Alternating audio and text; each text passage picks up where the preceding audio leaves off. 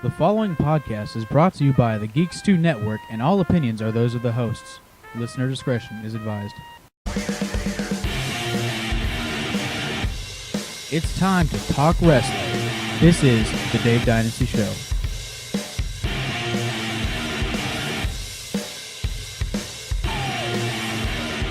And welcome to the Dave Dynasty Show. This is your host, Dave Dynasty. Thank you for joining us yet again. Unfortunately, with me, you also get my partner, my co-host, the contrarian, the icon of idiocy, Ike Isaacs. That's me. Hey, how's it going, guys? Hey, and I'm actually here for this one.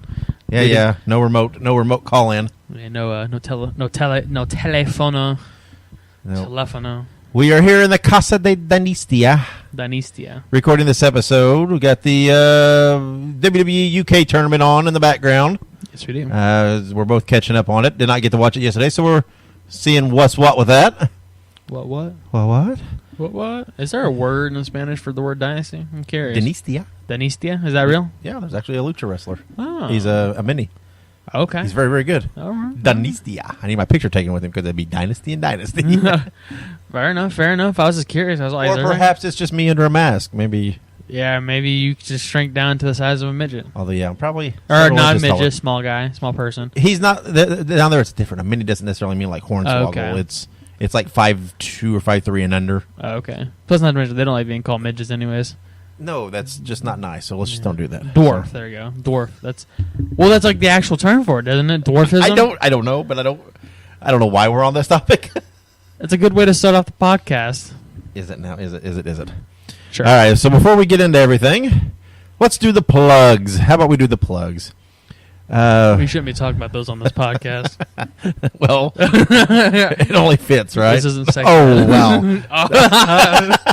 I guess it fits. Yeah, okay. So anyway, now I'm totally off. Dwarfs and butt plugs. Welcome to Dave Dynasty Show. See, this is what you bring to the table. Hey, this is what they come for. Do they? Do they now? Shit. Anyway. So you can find us at davedynasty.com. When you go there, you see all the links to all the past episodes. Click the banner right in the middle of the page. You can see all the past guests we've had. And then also there on the main page, top of the left-hand column, there's a link for our Amazon affiliate page. If you're going to shop on Amazon, and you should shop on Amazon, click that little logo there. And, and we get a little kickback. No additional charge to you. Help us out. And there's also banners to check out all of our sponsors, including LuchaMaskUSA.com, our primary sponsor, who's been on board since the beginning. Check them out for all your Lucha Libre needs. And we've also got two new sponsors. Well, it's actually one sponsor, two new promotions. You can see banners on the main page now because we now have a discount code for Lucha Loot. All the Lucha stuff likes us. Oh, yeah. So go to LuchaLoot.com. If you enter the code DYNASTY, you get 10% off your first box. Very cool stuff. You get a mask, a shirt, DVD, all kinds of good stuff every month. I've gotten several of them. Highly recommend them. And, what better than getting a little money off? So enter that code. And coming very soon, you'll be able to go to the Mask Republic store at luchashop.com. You will also be able to enter the code DYNASTY. And you will also be able to get 10% off everything you order except masks. Except for masks. Yes. Yeah. But, so cool stuff there. Thank you to all those sponsors for joining us. And again, at davedynasty.com, you can find links to our Twitter, Facebook, Instagram, YouTube, SoundCloud. You gotta realize this is that stuff. This is how we afford butt plugs. That's what you do, but on that note. But anyway, so thanks for joining us. Thanks for listening. However you join us, whether it be SoundCloud, iTunes, or YouTube, please make sure you subscribe, follow, rate, review, all of that stuff there. In fact, it helps us out. And on SoundCloud right now, they have a deal where you can actually get the premium version and you can download our podcast offline, so you don't have to use data, and you can take us wherever you go. Very cool. So check that out. Do that. Great way to help us out. All right. Wow. I feel like we're just a couple minutes in, and we've already traveled miles. Yeah, I was going to say, I've walked 500 miles, and I walk 500 more just to be the man to walk 1,000 to wind up at your door. Yeah. Anyways, we're not singing here. No, you always do. You always end up singing. I bring it to the table.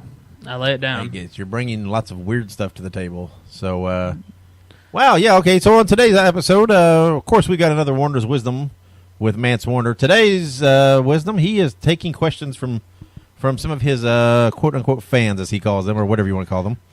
Shit wizards, or whatever he calls them. Shitbirds or something. Shitbirds, yeah. But, yeah, so he's answering a couple questions, and including he's telling a great story of him and Psycho Sid playing softball. Okay. You know how Mance, only in Mance's world. Yeah, it was an old Manster's world. I listen to him tell stories, and all I see are T-shirt ideals. It's just amazing. We also have an interview today with a young talent out of the Midwest, Sage Phillips, Spitfire Sage Phillips. Oh, yeah. Good interview. We talk a little about him, some of his obstacles he's had, because he's right now recuperating from an injury. He is. Right when he was really kind of starting to make a name for himself, or hit a stride, and then so that kind of brings us. That's kind of our topic then today. Is it's all about motivation and determination and what you do when there are obstacles in life, and that doesn't necessarily even apply just to wrestling. There's everything. There's a shit everywhere.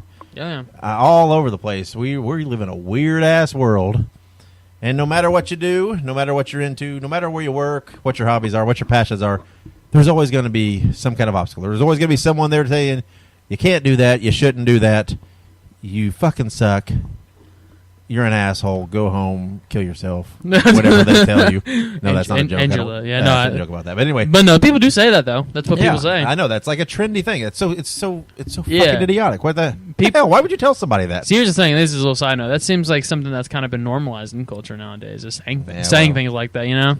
What is normalized can be unnormalized. Exactly. So we just need to change it. You know what? Quit being shitheads to each other. Don't be a shitbird. And so yeah, but anyway, whatever it is you do,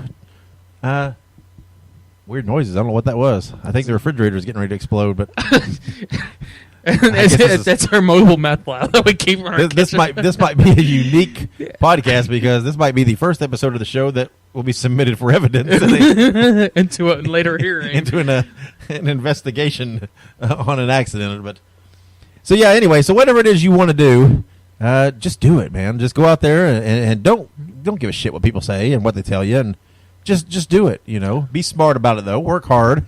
Do your your homework ahead of time. Yeah. But see, here Cole Radrick says it the best, because I mean, like, I like Cole Radrick, but sometimes he posts some of the like cheesy, like, I'm a teenage heartthrob shit on his Facebook and stuff, and that annoys me. But El Capitan. Yeah, El Capitan. But no, he posts some pretty good stuff on there. He talks about how you have to stay motivated, and he's like, we all know how our stories end. Mine ends where Ratty dies in the end. I love that, by the way. Yeah. I want a shirt that says that Ratty dies in the end. But yeah, well, you can buy them from Cole Radrick. Yeah, so all you can do is hit up Cole. He's selling them. Oh, is and he? You're reading his stuff. He plugs it all the time. He's always true. selling them. So yeah, he's I'll got them in buttons and everything. Really? Okay. Yeah. But anyway, you want some unconventional wisdom? Look him up on Facebook. So yeah, and the thing is, it sometimes it gets hard. Sometimes even like doing the podcast, which I enjoy doing and everything else. There are times when it's like, oh man, we got to go record this thing. It's time to mix it and put it together. And sometimes you think, fuck, would it really matter if we just missed the week and we just skipped the time? And yeah, it would. Oh, yeah. And once you get into it, it's not so bad. And once you're done, you think, fuck, I'm glad I did that. I'm glad I wasn't just a whiny ass who skipped it. But I'm not a whiny ass. you gotta do it when it's hard. That's the thing. So and it's because it's not always that way. But don't fucking I've done I've done so much shit in my life that I've had a dream, I've chased it. I've fucking been a comic book writer, or I've been a professional wrestler promoter, owner. I've what else have I done? Shit, I used to be in a band. I've owned a comic book shop. Yeah. We ran comic book conventions. That was fun. Hell, I've fucking wrote for the newspaper and stuff because I wanted to write. And we've done a little bit of everything, and every time something comes up, there's always somebody there that says, God, you're a dumbass. Well, you don't just go fucking work a 9 to 5 and it's all right. If that's what you do, it's what you want, that's fine. Because sometimes, like I got the 9 to 5 deal now, but, you got to pay the bills. Yeah. So, but it doesn't, Got to put the light beer on the table. You got to, so whatever it might be, man, whatever your passion is, just don't sit around and talk about it. Just go do it, man. And do it right and work hard and don't be afraid to fail. Because if you like Paul Heyman always said, if If I fail, I'm going to fail. You know, if I fail, that's all that means is I've learned something. And I'm going to come back even better the next time. And you know, everybody fails. Yeah. You know, and when you do something, you know, there's going to be people out there that's going to shit on it and not going to like it. You can't please everybody. Don't try. Just do what you want to do. You know, be the best you and do the best work you can, and so be it. Yeah. Definitely. And just stick with it though. If you're going to do it, fucking commit and do it. Oh yeah. Like, yeah, don't be an ass. Don't do it once and then say, oh, okay, that's it, I'm good. Yeah, I mean, if it doesn't work for you, fine. You know, if you're like, it wasn't what I thought, that's fine. Move on. But you know, but if people getting power bombed upstairs, yeah, I don't know. But anyway, so yeah, but it's that's the thing. You've got to find, you know, where your motivation it comes from. You know what it is you hope to accomplish, and what it is, you know. Excuse me. One of the things that I like most about doing this podcast is, you know, there's lots of guys out there that I like, that I consider friends, that I consider talented, and I think they need a little more exposure. You know, I think they need some eyes on them and some ears on them, and you know, a lot of young talent that I think needs some opportunity. And I like the fact that we get to talk to these guys and see where they come from, and you know, and we definitely have a tilt towards the young talent on the guys we talk to, but it's not always. No, but it won't always be that way, and that's fine. You know, everybody's got stories to tell, but you know, I like talking to these guys, and I like hearing what they got to say, and I like being able to say, hey, you know, fucking Sage Phillips is a good talent, man. Go, you know, book him. Book him. Yep. You know, you can't book him now; he's hurt. But I mean, when he's back, you know, book him. Well, he's going to be back real soon, March or April, right? Yeah. So you know, and that's what I like. You know, and you know, I like trying to help these guys out. I like trying to support them. You know, I'm a fan, and so that's what that is. But you know, the fun thing about motivation is that sometimes motivation can come in all forms. You know, people don't understand that. Sometimes motivation isn't just, hey, I need to motivate myself, but sometimes you need to find something to motivate you, like a person or an objective. Yeah. You know, I mean, different people have different things that motivate them, and it's, you know, some people are motivated by money. Yeah, and that's okay. But if you're pursuing something artistic, sometimes money is not or something. Yeah, it's not always. You're not going to get that off the bat. So, you know, you have to be able to, you know, you got to be willing, you know, and you also have to be careful what you're sacrificing and what you put into it. And, you know, like I said, you know, don't be afraid to chase your dreams, but be smart, you know, do your research and do your homework and be prepared, you know. But, you know, and just do it right. You know, don't half-ass it. You know, if you're out there and you want to be a wrestler and you want to train to be a wrestler, you know, go to fucking good school. Don't go to some guy that's going to steal your money and not train you right. I mean, go to a good school. There are all kinds of them out there. And, you know, if you want it bad enough, then you'll be willing to relocate to do it, you know. Yeah. But, you know, lots of times with things, you only get one chance. So, you know. Don't miss that chance. I'd rather live with the fact that I went after something and swung and missed and it didn't work out than the regret of, well, I didn't even try. Yeah, exactly. So. You miss 100% of shots you don't take. Yep. So I don't know who said that, but I don't know. Probably Michael Jordan or something. John, yeah, something like that. So anyway, yeah. So, but yeah, the whole reason we're kind of talking about motivation, or whatever else, is because and you'll hear the talk with Sage Phillips. He like I said, you know, like all wrestlers, he did suffer an injury at a point where, you know, he was really kind of making his mark, and then, you know, the injury came, and, you know, it's all of a sudden. You go from wrestling 2-3 times a week to you can't do it at all. Exactly. You know, you can't do anything, and it's tough. So, and you know, we talked to Sage, and you'll see that stuff, and what it's like, you know, and so that's what I thought we'd talk about, that kind of stuff today. So, you know, especially in the interview with him is actually really cool because he talks about what's pushing him to kind of, you know, keep that edge, and, you know, he talks about how he's seeing, you know, Cole Radrick and his friends kind of flying by him, but he wants to kind of not necessarily catch up, but he wants to kind of be with them as they start succeeding, you know. Yeah. And that's part of his motivation too. As soon as he's ready, he'll be right back. You know, I have no doubt that, you know, Sage is a good guy, a good worker. You know, he's a talented, smart guy, and you know, he'll be right back in. He'll be in those cars, making the towns with those guys, and he'll be the one posting obnoxious Facebook posts. There's something about being a ladies' man or whatever it is that Cole does. Like, I can't even mimic him. Like, you know what I mean? Sorry, little hate towards Cole Radrick. Why are you hating on Cole for? I'm a bad guy. That's what I do. You're an asshole. That's what you do. Fair enough. Cole Radrick will kick the shit out of your head. You know, all my friends are dead. Got kicked in the head. They're gonna line you up. You're gonna Cole's gonna kick you in the face, and fucking Mance is gonna lariat you. Be lariated, and man, it'll just be a shit fest right there. All right, so let's take a break, and then when we come back, we will have the Dave Dynasty Show interview with Sage Phillips. Stick around. Visit LuchaMaskUSA.com for official high-quality Lucha masks and merchandise, straight from the luchadors themselves. They have a huge and always growing inventory, so check back often. That's LuchaMaskUSA.com. And welcome to the Dave Dynasty Show. My name is Ike Isaacs, and today I am joined with yet again another wonderful talent, Sage Phillips. How are we doing today, man? I'm doing good, man. How about yourself? Pretty good. Excuse me. So, thank you, of course, for coming on the show today. For those of you who don't know, Sage Phillips is yet another wonderful young talent in the wrestling industry, and he is probably one of my more favorite wrestlers that I've seen wrestle. I've seen him tag with the likes of Cole Radrick, and I've seen him wrestle many people. So today we're going to get to know Sage a little more. So you ready, Sage? Yeah, man, for sure. All right. So, of course, the first question we always ask people is, when did wrestling hook you? Because of course, we need to know when you wanted to wrestle. Right, man. I didn't get into wrestling until a bit older. I never grew up with it as a kid. My family was never really into it. I got into it, I think, around the year 2007. And I was just flipping through channels, just trying to find something to watch. And what actually hooked me was I flipped through the Spike TV and found TNA and actually saw the Monster Abyss. He was the first thing that really hooked me, just like this big character, this big monster destroying people. I'm like, what is this? What is this thing that I'm seeing? So the first thing I ever watched was Impact, actually. I didn't get into WWE until the first show, 2008.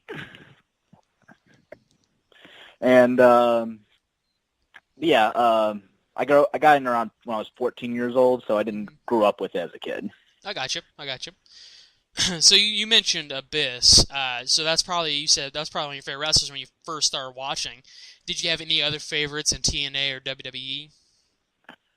Yeah, man. At the time, Abyss was one of my favorites. And then WWE, Jeff Hardy caught my eye. But as I grew older, eventually TNA turned to AJ Styles, Christopher Daniels, Samoa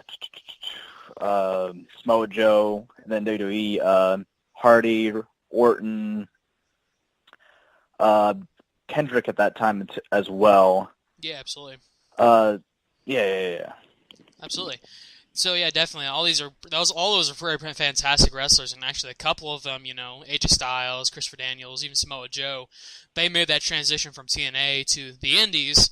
Well, they were obviously in the Indies to begin with, but after they had seen that kind of limelight for a minute, they went back to the Indies, and then now, Christopher Daniels is in Ring of Honor, exclusively, and AJ Right. Styles and Samoa Joe are in WWE. What do you think about that?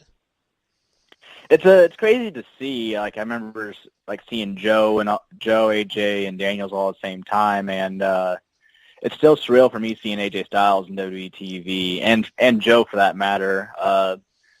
Sometimes I look back at when AJ debuted in the Royal Rumble, and I still get goosebumps just seeing his name on the Titantron. It's still weird for me seeing him versus AJ versus John Cena, and it's really cool seeing Joe kill it with guys that you would think you would face indies, but like Shinsuke Nakamura never happened in the independent. So it's crazy to see what WWE's been able to do, bring in all these names. As far as Christopher Daniels go, I think he's really done well for himself in the indies. Like he's a Stockhold name for Ring of Honor, and he's main event the very first show. So it's a testament to see that he's still going at his age and still being able to kill it in the ring and in promos and whatever he's given, he makes the best out of. Yeah, absolutely. I don't know if this is a little off topic, I don't know if you saw that promo he did. I think it was right before his match. It was him and Kazarian. I can't remember what it was now. But he did an intense promo talking about how wrestling is his livelihood. And, man, if you've not seen it, I recommend watching it. But I don't know if you had seen that or not. No, I haven't yet, but I definitely will look that up for sure. Christopher Daniels promos, and his character, especially at the time when I first saw him in '07, he had the Fallen Angel character was more focused at that point. He was looking up at the skies in the ring, like talking about the Lord, and like seeing that heelish character like really caught my eye with him. Yeah, And absolutely. then we mentioned Ring of Honor. Ring of Honor also helped with me getting to know the independents. I've heard of ROH in 2008, but I didn't get to watch it until they got signed with HDNet, and I found out I had it in my channel. And since then, ROH helped me get into the independents. I remember like the first match that got me like hooked on the indies was the ROH main event with Jerry Lynn as ROH World Champion. He wrestled Tyler Black, Austin Aries, and Bryan Danielson. Everybody knows now as Daniel Bryan. In a four-way, and that match just blew me away. And I was like, I gotta look up this stuff. So I started gathering tapes, gathering DVDs, just find everything I could find. Yeah, absolutely. Yeah, definitely. Ring of Honor, a lot of people, I always recommend people watch Ring of Honor with all their indie wrestling, with all their, mainstream wrestling as well, because Ring of Honor, old Ring of Honor, they have all of the superstars there like in the WWE today, Seth Rollins, Dean Ambrose. Exactly.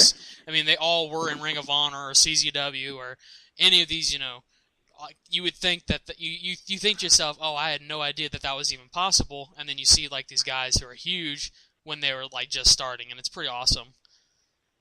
For sure, man. Excuse me. Yeah, So, man. It's still surreal to see. Go on, Ed. oh no, go ahead, man. Go ahead. Hey, if you got an idea, keep going. I was just mentioning like Dean Ambrose, especially because of ROH. Ring of Honor came to a show. I was usually from Bloomington, Indiana, and they had a show up in Indianapolis. I think it was Survival of the Fittest 2009.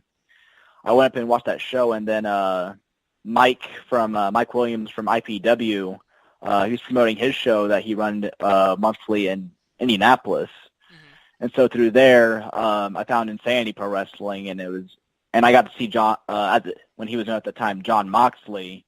Before he was Dean Ambrose, I got to see him every month live. So I still have moments like, wow, I saw Dean Ambrose every month live at a show in Indianapolis. To see where he is now, it's surreal.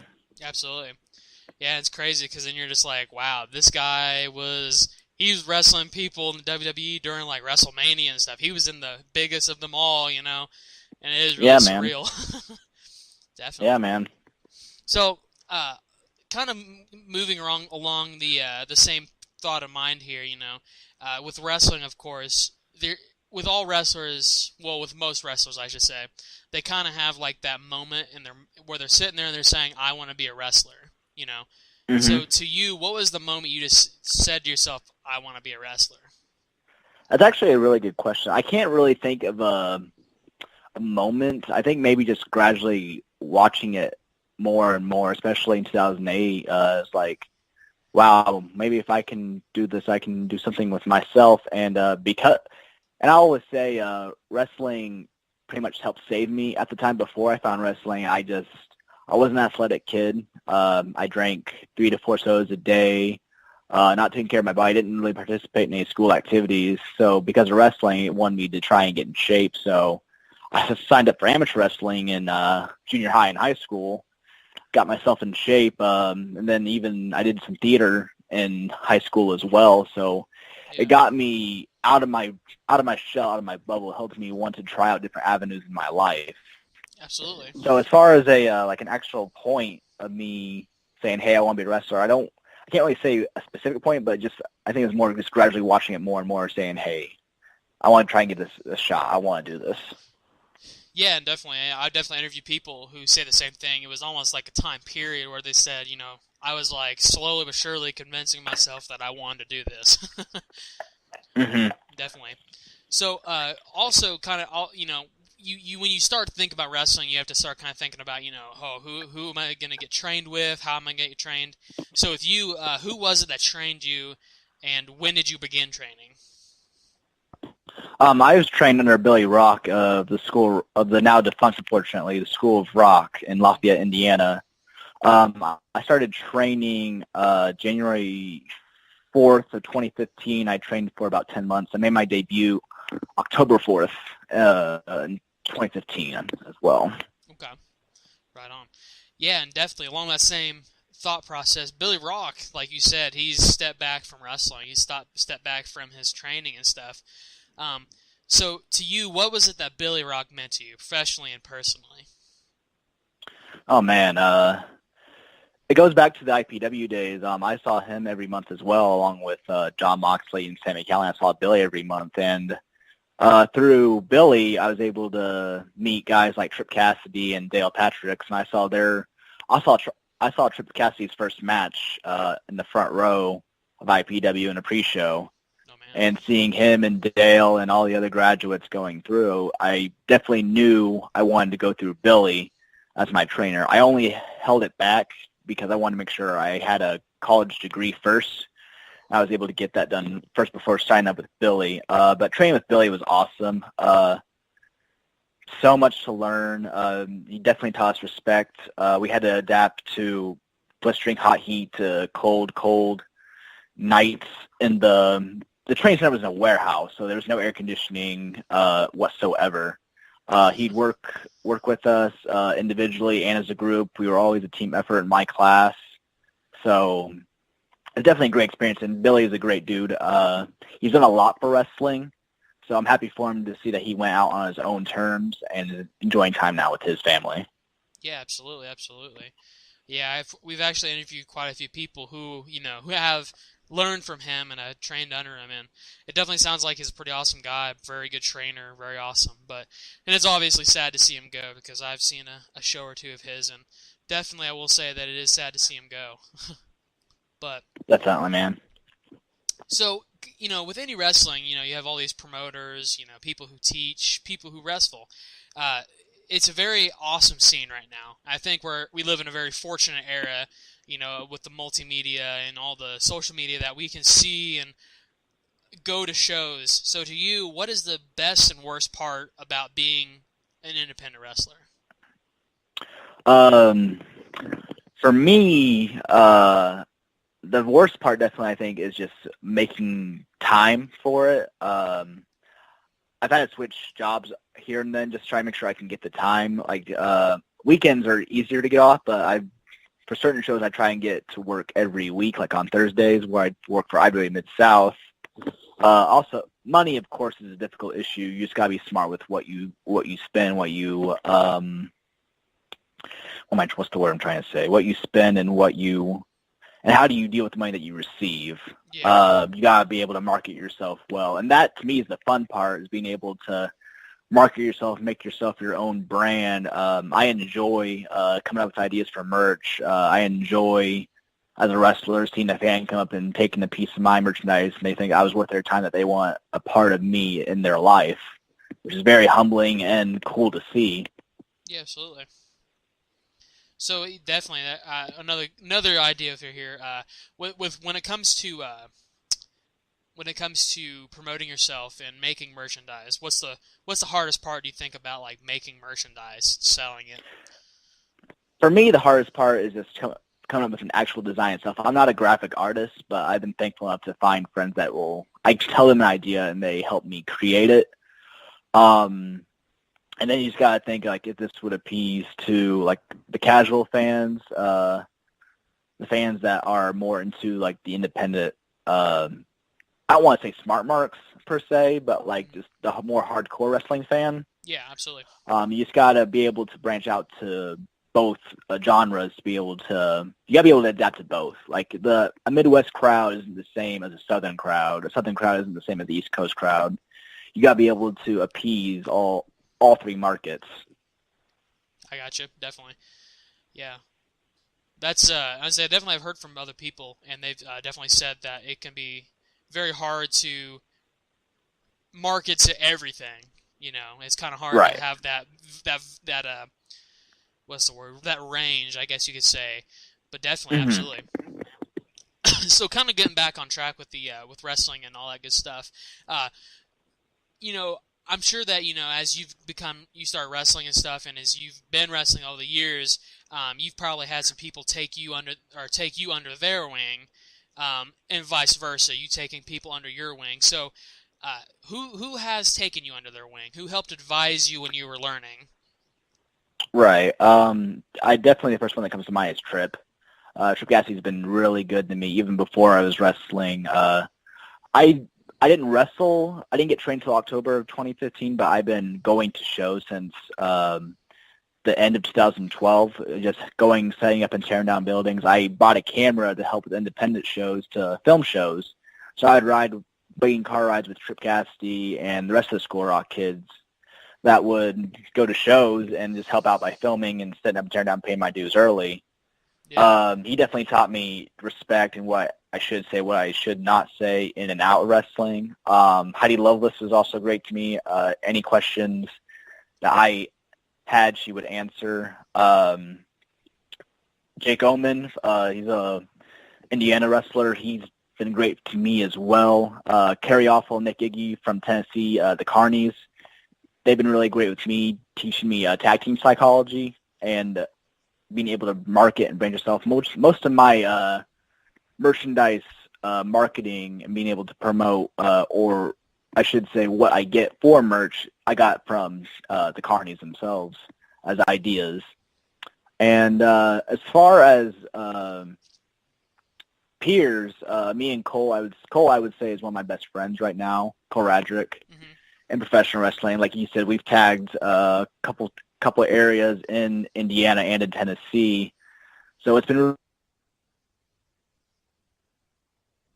information along with helping each other learn throughout this time in independent wrestling. We both, he started a little bit, I think, a few months later before me, but we've basically been starting close around the same time. Yeah. So it's cool to see both of us develop at the same time. Yeah, absolutely. And that's actually how I first saw you, is that I saw you in a tag match with Cole. And I can't remember, Right. It was actually in a promotion here in Columbus, Merge. And I remember seeing you and him wrestle. And I just remember thinking, well, these guys have got it going on, honestly. Like, Right. I just thought it was super cool because I was like, sometimes you see tag teams and they don't mesh well. Right. But then you see tag teams that do mesh well, and you're just like, okay, I can get on board with that. That was just a little bit of a fangirl moment, I guess you could say. But, right, man.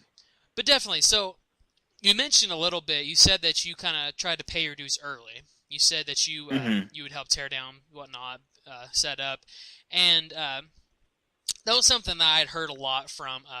That I'd heard from not only the lead of the show, Dave Dynasty. He does the show. He told me that was something you did, and that and definitely I think that can help you appreciate the scope of the business, like how everything works. So to you, right. did that help you get into the business, or what did that do for you, basically? It definitely helped me get connections very early. If anybody wants to become a professional wrestler, I would definitely recommend trying to ride with a veteran and try and help him step and tearing down, make connections with any promotion that you go to. Because of me doing this, I was able to find bookings my first couple of months pretty easily because I knew promoters from around the Indiana area. And and they knew I was a hard worker because I tried paying my dues wherever I went, despite me not being a wrestler or being trained at that time. Yeah, absolutely. So it's kind of like you put forth the initiative, and then they're just like, okay, so now he's a wrestler. That initiative shows. Yeah, it makes you a lot more. You're a lot more known beforehand. If I had been started training and then gotten to the wrestling scene, I would have had a lot more difficult time trying to make those connections. I wouldn't say more difficult. I would say it would take longer to make those connections, and I would have had less bookings at that time. Yeah, absolutely. I think I would agree. While I'm kind of an outside perspective from how it sounds, I would definitely agree. Right. But so that's very cool. It's very cool. I think I've heard some other people doing stuff like that. Jumping in, paying their dues early, and all that good stuff. And but the next thing I was going to talk to you about, and obviously this can sometimes be not necessarily a sensitive subject, but it does kind of suck. But recently you suffered an injury that's kind of put you out of action for a little bit. Talk to us about that. Yeah, man. It was a show, October 18th that I had the injury. It was in Indianapolis. I was rolling around before a show, and I was trying something from the corner. And when I jumped from the corner into the ring, I guess I hyperextended my leg when I landed, so it was fully straight instead of slightly bent. Mm-hmm. And when I landed, I heard a pop, and I immediately felt pain in my knee and fell down in the ring. I didn't know what it was. I iced the knee before the show. I could walk, but I had difficulties running, and my knee would buckle anytime I tried anything fast movement. However, I still worked my match that night. I actually wrestled Cole with my injury, not knowing what it was at the time. After that show, I took off my bookings. I got checked out. Turns out I torn my ACL, and the ACL tendon in your knee helps you with stabilizing. I could walk after the injury, but I couldn't have stability. Like if I tried to run or jump, my knee would easily have buckled. Yeah. So the doctors definitely recommended surgery, and with how young I was, and I asked everybody, and they definitely recommended that I got surgery. So I got surgery done in the first week of November. I believe it was November 9th. And since then, the first month was very difficult to deal with. I was in bed rest for the whole month. I could barely move. Had to rely on crutches. I need to rely on help with others to get around. Yeah. But this almost a month now, I got cleared to walk, so I've been able to walk more now. I've been doing physical therapy twice a week, and I do it 3 times a day at home. And now lately I've been able to go back to the gym and try and catch up on my body, as well as continuing doing exercises for my knee. It's like a lot, mentally, though, it's been a rough game. I just got done wrestling my first full year. Yeah. And since my injury, I've been seeing guys like Cole, Jonathan, Corey Storm, Trip Cassidy, see all of them get to different places in the country, getting these opportunities to wrestle, and I can't be with them while I'm out. So it's a frustrating time, but at the same time, I know I don't want to try and rush myself healing with my injury and risk hurting the knee again. So they told me it would be about 6 months. So I'm pushing for April, but the ETA right now is May for my return. I got you. Definitely. And definitely I understand that injuries like that, like you said, there's a physical pain, which personally I think physical pain, it's temporary. But then you have the mental pain, the anguish, you're kind of you're looking at everybody go and you're just like, well, I want to be there too, and you can't. Right. Definitely, I understand that.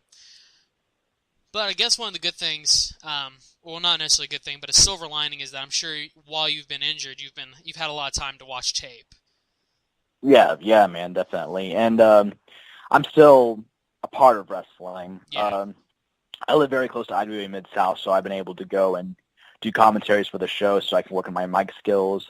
I've talked to wrestlers that have similar injuries, such as Aaron Williams and BJ Whitmer. They've been giving me great advice on how to deal with the injury and just making sure that I heal properly without making my injury worse.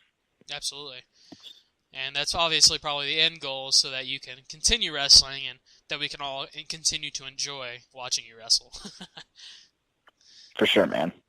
So, kind of straying away from wrestling a little bit here, but obviously you have a fan base, you have fans, and what is one thing that most fans don't know about you?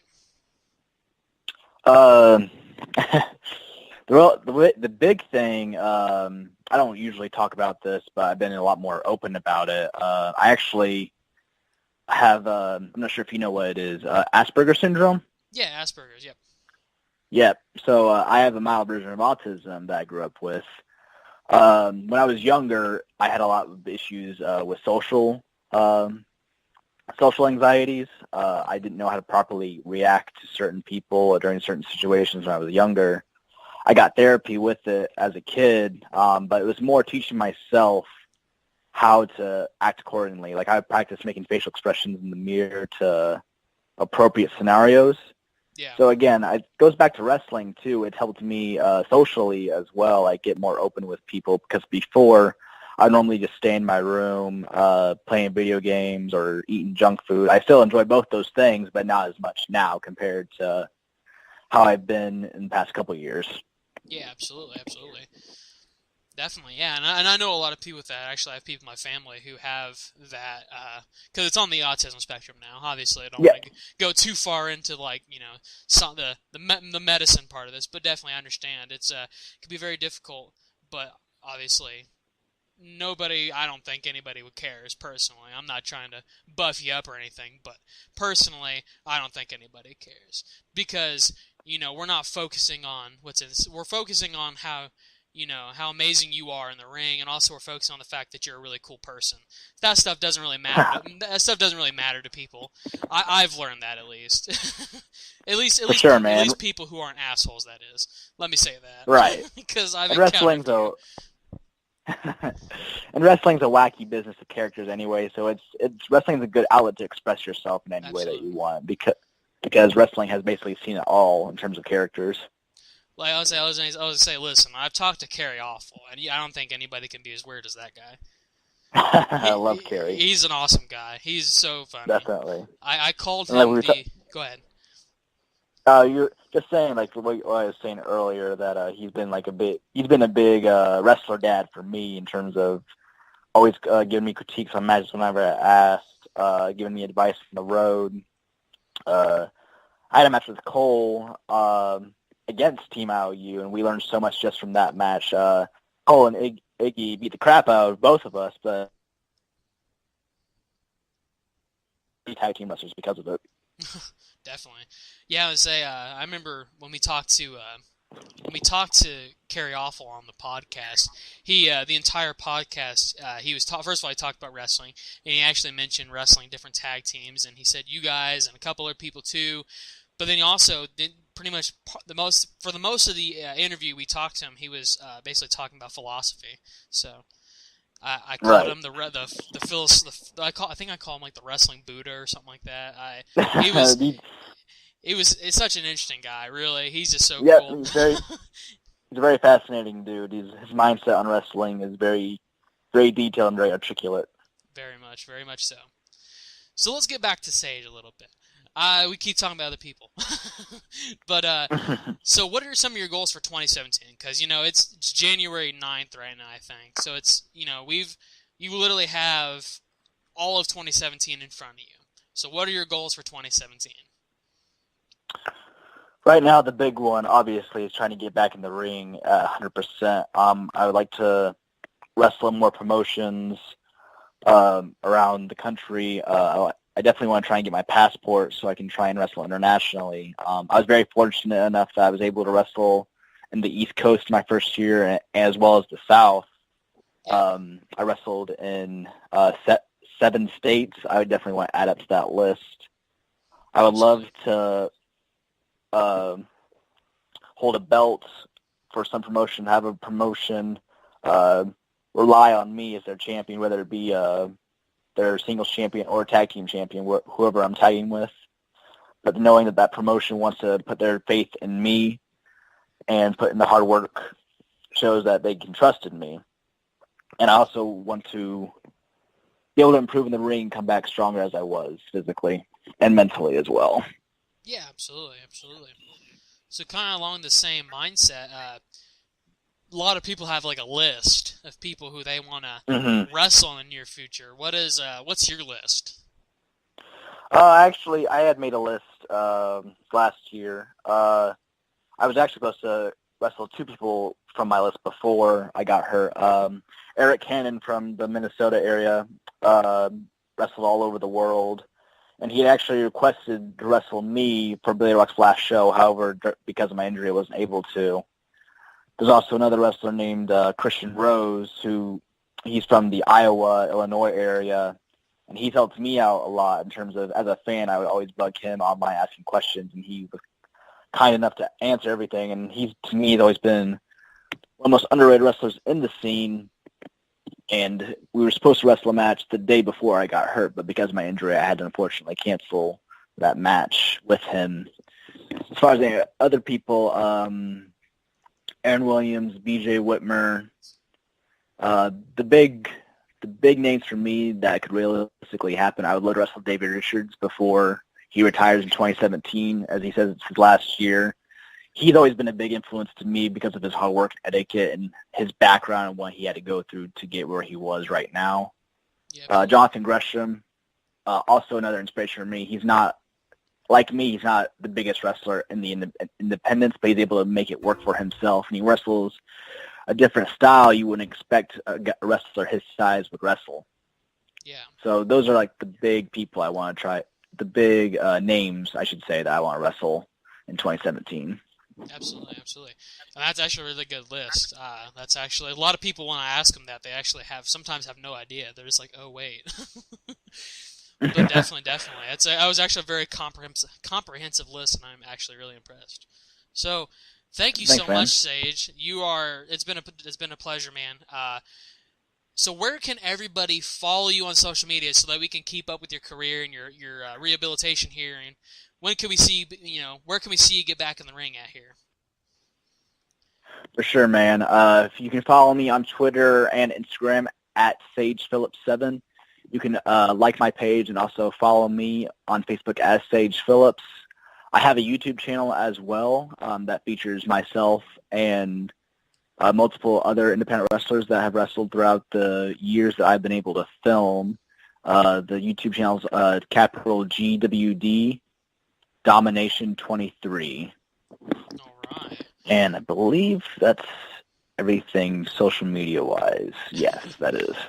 Awesome. So we'll actually hopefully be able to put those links either in the podcast or whatnot, because we definitely want to help you grow, help you get to where you want to be. But definitely, thank you so much, Sage. Thank you so much for coming on here and talking to us. Just shooting the shit, really. But thank you so much, Sage. It's been a really big honor and a pleasure. Definitely, man. And also, one more thing I forgot to add. I do have a website of my own. It is sagephillips.weebly.com. sagephillips.weebly.com. Can you spell Weebly? Yep. Weebly. Okay, cool. So he's like super legit. He's got the website. He's got every social media and a website. So everybody follow him on social media. Go on his website. Do you have T-shirts for sale on your website? Not on my website, but I do have a Pro Wrestling Tee store as well. Just look up Sage Phillips, and you'll see one of my T-shirts that's up online. Absolutely. All right, guys. So everybody, follow him on all his social medias. Visit his website. Visit his Pro Wrestling Tees. Give him some money. Buy his T-shirts. Thank you so much, Sage. It's been a really big pleasure. Hopefully, maybe down the road we can catch up with you after you've gotten back in the ring and maybe get an update from you. Definitely, man. Thank you for having me. Appreciate it. Check out Geek Stew for all your geek and wrestling news and podcasts. Visit geek-stew.com. Gather round for life lessons from professional wrestling's own Mance Warner. It's Warner Wisdom. All right, people, we're on the road live. Is your favorite wrestler of mine, me, Mance Warner, the king of big dog style, big doggy himself, if you know me, Lariats and light beer. Oh, look, we got a car getting all mad behind me. Come on, people. Old Mance are hungover. You got to be kind of safe out here. Now, I'm back with another edition here of Warner's Wisdom. I'm live to tape on the road. I'm heading to Cleveland, Ohio. Today I'm going to be beating the bejesus out of ACP. That's Ace Perry out there. Me and Ace Perry used to be a tag team called the Lap Hog Express. If you get what I'm saying, you get it. If you don't, you don't. We're out there. Oh, we just tear up the towns. We'd be out there just shutting down bars. Ladies would be having to change their panties. Now, after I beat up ACP today, I'm going to sell me some of these beautiful t-shirts I got here in Cleveland, Ohio. I've seen the people in Cleveland, Ohio. They're some of the ugliest dummies I've ever seen in my life. So at least I can help them out. Give them one of these t-shirts. And they got to pay for it. I ain't going to give it to them for free. Then they wear that t-shirt and they won't look as ridiculous, as sickening as they are. Just try to see, people, I'm a good guy. At the end of the day, old Mancer travels the world helping people out, man. I'm helping these fools out today. Now, y'all know the routine. This is Warner's Wisdom out here on the Dave Dynasty Show, the best part of the Dave Dynasty Show. Dave's a cool guy, but man, I'm just good at what I do, people. I'm good at what I do. I think I'm getting a cold. My throat's kind of hurting. It's either that or I ate some bad pie, if you know what I mean. So, we're going to do something a little different today. Old Mancer is going to do kind of a Q&A here. I've got some questions here. People sent me, they messaged me here some questions. I'm going to go ahead and give them some wisdom, some advice for these people out here. All right, people? Now, you got to find these questions real quick over here.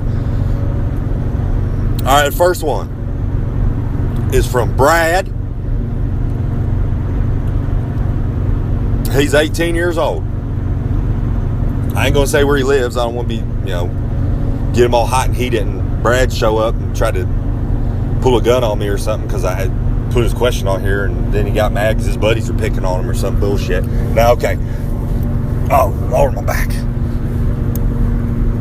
Brad's question is, Old Mancer, me and my girlfriend have been together for 8 months. Her daddy hates me. Do you have any advice to help me out in this situation? Oh, brother, I'm going to give you some real good advice. So, here we go, kid. This is what you got to do. You and your girly friend probably take all your little pictures together and put them on the intro net, put it on the YouTuber and the Instagram and the Twitter and all the business. And her daddy saw a picture and he goes, I hate this kid. I don't like him. I don't like nothing about him. He dressed like a punk. Why he wearing such a small t-shirt? Why he got his hair gelled up like that? Good Lord Almighty, he looks like one of them damn Backstreet Boys. Oh, Jesus Christ. So that's what the daddy's thinking. So here's the advice for you, kid. You get in good with all her friends. So you and your girly friend and all of her friends are going out. Go to parties together, go to clubs together, the club, go to wherever you gotta go with you, your girly friend, and all her friends. So then all her friends love you, right? Now follow me on this, kid. All her friends love you. So then all her friends are gonna put you over on the boards to the daddy. And then the daddy gonna start coming around. He gonna say, you know what? He pretty good. This is where you take a sharp left, kid. So, daddy starts to get on board with you. All her friends like you. Mama, she ain't got no issues with you from what I'm taking out of your little question here on the Q&A with old Mancer on Warner's Wisdom. Now, this is what you do at this point. You start banging all her friends. You start hooking up with all her friends, brother. I know what you're thinking. Mancer, why? Why would I do this? Follow me here, kid. So, you start hooking up with all her friends out here, hooking up with your lady. Then, you're going to be able to get yourself some gimmicks, baby. You're going to be able to get yourself some new boots, maybe a real nice ring jacket, man, like old Mancer wears, that beautiful gold one with the dragons on it. That I got from Lopan, down in Japan. Now, you're hooking up with all her friends. They're buying you nice ring coats. Got your ring jacket, got your boots. That's the other thing. Wear a rain jacket too, kid. You know what I mean? Be safe out there. Jesus. Now, you got your new boots, getting all your stuff, man. And then, you go to dinner with your girly friend and her daddy and her mama. At some point, you stand up and you throw a big old vicious whack-a-doo. A big old beautiful headbutt and you knock her dad right out. You take his wallet out. You take whatever he got in that wallet. Then you climb up on the chair and you dump your girlfriend, brother. And you get out there and do whatever you got to do, man. You only live once. You going to be with the same woman the rest of your life, kid? You 18. Get out there and get buck wild, man. The world is filled with rats, kid. Follow old Mancer's advice on this. My wisdom, brother. I know some things, man. I'm just telling you the truth out here. All right, people, moving on here. R.I.P. to that relationship, baby. Okay, we moving on here. Next question. Mancer, do you have any stories about Vader, Big Van Vader? Well, that's a good question. Let me think about this. Well, old Mancer, let's do this. I ain't gonna tell you no stories about Vader. I got a whole bunch of stories about Vader. You gonna have to get on RF video and find my old shoot interview from back in, I think it was 99, 98, 99 when they first started doing those shoot interviews. I was the pioneer of the shoot interview, people. I don't get no credit for it. You get on there and try to look it up, see if they still got any in stock. I said some wild stuff on there, man. Jesus. Hell of an interview. Okay, moving on here. I ain't gonna give y'all everything in one episode, baby. You gotta wait once in a while. Now, next question here. Do you have any stories about yourself playing sports in high school? Sports in high school. Now, here's the thing. Old Mancer did not play no sports in high school. I was too busy getting laid, drinking light beers, and beating the shit out of people. That was my sport. I'd get real drunk, I'd beat up some people, and I'd get my freak on out there. I wasn't playing no baseball or no football or none of that business out there. I was playing a real man sport. Making towns, beating people up, get my freak on. Now, I will tell you this. Here's an old sports story from Mancer. At one point, old Mancer went with my big homie Sid, Psycho Sid. Sid always loved playing softball. He loved playing softball more than anything, really. There are times I would say, Sid, you love playing this softball more than you like making towns, brother. And Sid, I could joke around with Sid like that. Because Sid loved me, man. I love Sid. But if someone else did, he'd go buck wild and beat the shit out of him. Now, on to my story here. Sid called me up and he said, "Oh, Mancer, what you doing?" I said, "Brother, I'm out here to drink some light beers." "What you doing, brother?" And he said, "Mancer, come on down here on the weekend and we could play on this little softball tournament we got going on." Old Mancer said, "Right on, Sid, I'll be down there, baby." Me and Sid went out there. Our team name, well, we had two different ones. It was a tournament. I kept getting drunk and changing them. I thought they were funny. We were called the Pecan Sandys. And then we had another name. What was that? What was the name of us? Oh, the Apple Dumpling Gang. I loved it, man. I thought it was the funniest shit out there. I was just pounding light beers all day out in the summer sun, and we were just every time I'd step up there, I was always feeling good the whole time. I had my light beers with me. They were nice and cool, cold and crisp. I'd go right up there, and I'd always watch the first one. They throw the first pitch in there, and I just watch it because I had to let my eyes focus because I drank so many of them light beers. I had my fanny pack on me and had my goodies in there, my goodie bars I call it. So I had to really focus in. But on the second or the third pitch, they throw it in there, and my God Almighty, it would be so quiet because everyone knew what was going to happen, and that pitch would come in there, boom, wackadoo, one big old wackadoo, baby, and it was gone. It was out the park. Now, where's I going with this story? You guys asked me a question, and I trailed off here. Oh, okay, this is what went down. So as I said, I had all my light beers and my goodies with me, and Sid always had a temper on him, baby. I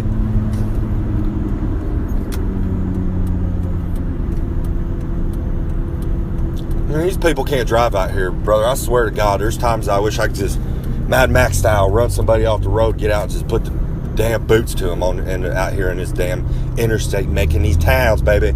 Nah, people just make me mad. So you people make me so mad, and then you sit there and wonder why old Mancer gets up in the crowd, goes out there, get nose to nose with people trying to fist fight them. You people do this. Y'all people make me do this, man. Okay, back to me and Sid playing softball. Now, so I'm up there just knocking them out of the park, man. And this guy come up to Sid, guy on the other team, and Sid had just rocked one out too, one big old Psycho Sid wackadoo out there, and And the guy come up to Sid, and he was like, man, if you were as good as you are at pro wrestling, oh wait, I got that backward. Hold on here. See, like I said, old Mancer, he gets on trail sometimes. The guy come up to Sid, basically called him out for being a pro wrestler. He said, you out here playing softball, but you suck at pro wrestling. He was implying that Sid was only good at softball, and then he proceeded to say softball was a woman's sport. And that's the only reason Sid was good at it, because he was big, dumb, and he was the equivalent of a woman, I believe is what he was saying. Now, keep in mind, I had a whole bunch of goodies on me. It was time to call it home at that point, if you get what I'm saying. Time to bring it in, baby. So I'm sitting there, gone. I see Sid's eyes light up.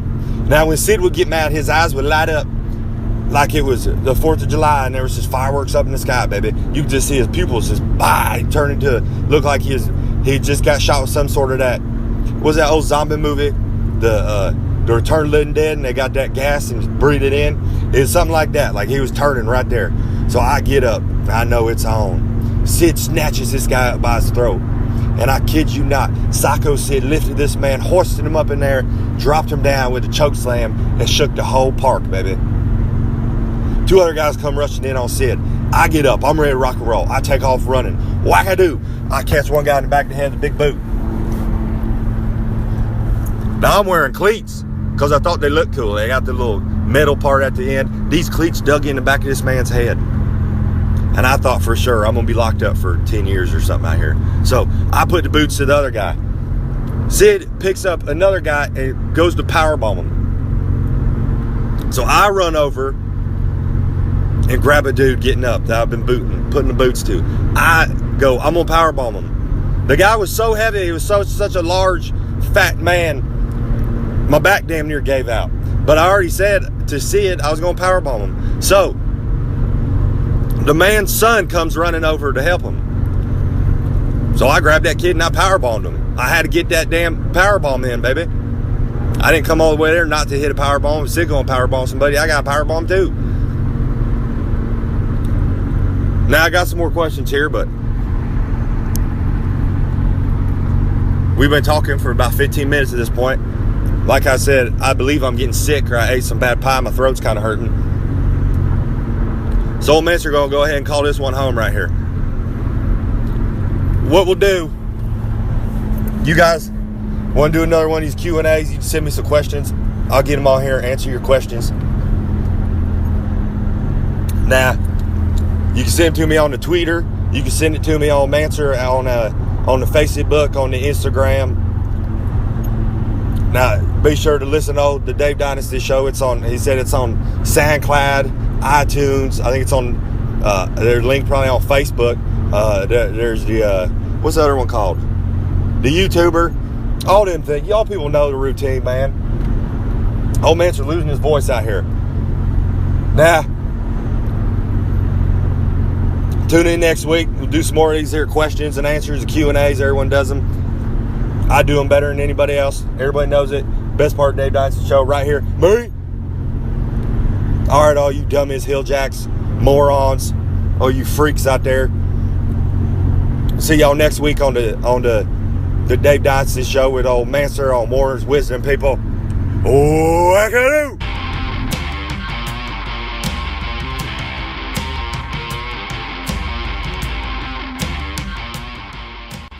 And we're back on the Dave Dynasty show. Interesting conversation with Sage Phillips. The way you started on that. Wisdom from Mance Warner. I'm just ignoring you. And we're back with some smooth jazz. Won't you be my neighbor? Don't you like how we paint those little trees? Look at those little trees. Is this those Bob are Ross? Happy trees. This is Bob Ross. We're going to put some birds in the sky now. I love Bob Ross. Well, Bob Ross is nice. He's pretty cool. Do you hear this? Somebody was complaining that he refers to all of his paintings as like he or her, and someone was like, "You're not using pronouns correct for that painting. Why is it always he or her?" No, I didn't hear that. You know why I didn't hear that? Because I apparently don't read the stupid shit that you read. I know it pissed me off. I was like, "What the hell? It's just Bob Ross painting pictures of birds and shit." We're thinking we're looking a little too deep into this. Bob Ross was the man. Have you seen the episode where he's like, or you got to plant a happy tree for the sad times or something like that. He's like, and I'm going through some sad times myself. Like, it was like one of his first episodes after his wife died or something. Yep, he was a very positive guy. Speaking of motivation and determination. Bob Ross, man. He's on Netflix, by the way. Did you know I that? know it. Yeah, I watched something the other day. It was actually really soothing. It put me to sleep. Like, not in a bad way. It was just like, you're just like, man, he's paying. I don't know if that's what he was going for, but... Hey, it works. But anyway. Dwarfism. Interesting. Bob Ross. There's no common thread in all this, but... but an interesting Warner's Wisdom with Mance talking about playing softball with Psycho Sid. He's a cat, man. I don't know what is he like crazy or something? Should we like call a psychiatrist? I don't know. You want to confront him about that? Not really. Yeah, let's just let him be. Until he becomes a danger to himself or others. He's entertaining. That's all I care about right now. It brings in the dough. Well, so I think that kind of wraps another episode. I think it is. Make sure you visit the sponsors, LuchaMaskUSA.com, LuchaLoot.com, and LuchaShot.com. Yes, they're all three Lucha. Because I love Lucha. And apparently Lucha loves me. It's a love relationship with Lucha. It is. Pretty soon I'm just going to start posting pictures of me in my Lucha masks. buy this mask. Or, just sign a mask. I'm going to start doing all the interviews for the show and just saying, on this week it's Blue Panther. This week it's Blue Panther. Will anybody know that it's not really Blue Panther? Probably not. Everybody's like, who? First of all, if they don't know, they'll be like, "Who's Blue Panther?" But if they do know, if they don't know who Blue Panther is, I don't want any part of them. They're just like, "Don't listen to my podcast." They need to go out and do some research.